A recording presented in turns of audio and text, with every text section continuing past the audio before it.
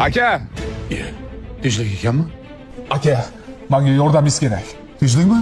Men yo'g'imda oilamdan, bola chaqamdan xabardor bo'lib turing, iltimos sizdan. Nima deyapsan? Nima bo'ldi? Meni qamashadi aka. Meni baribir qamashadi. Men qamalaman aka. Tushuntiribroq gapir. Mashina kimniki? Nega qamalasan? Mashina o'rtog'imniki. Yo'lda kelayotib odam urib yubordim aka. Odam urib yubordim. Dirikmi ish qilib? Bilmadim. Qochib ketdim. Qolganidan xabarim yo'q. Mashinani kalitini ber. Yo'lini topasiz aka. Hammasini o'z bo'ynimga olaman. Yo'q aka, shundoq ham shuncha yordam qilgansiz. O'zim qilgan ishim uchun o'zim javob beraman. Jim tur. Oilamdan o'zing xabardor bo'l. Sen endi ish boshlading. Sen o'sishing kerak uka. Olganiga aralashma.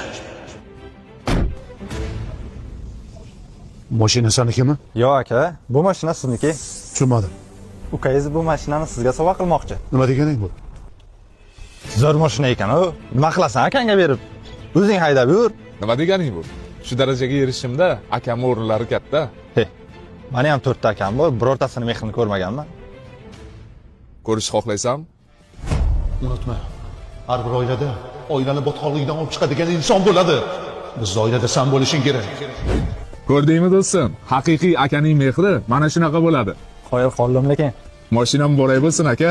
Akam hayotimning qudrat daraxti, menchi soyasida o'sgan chinorman.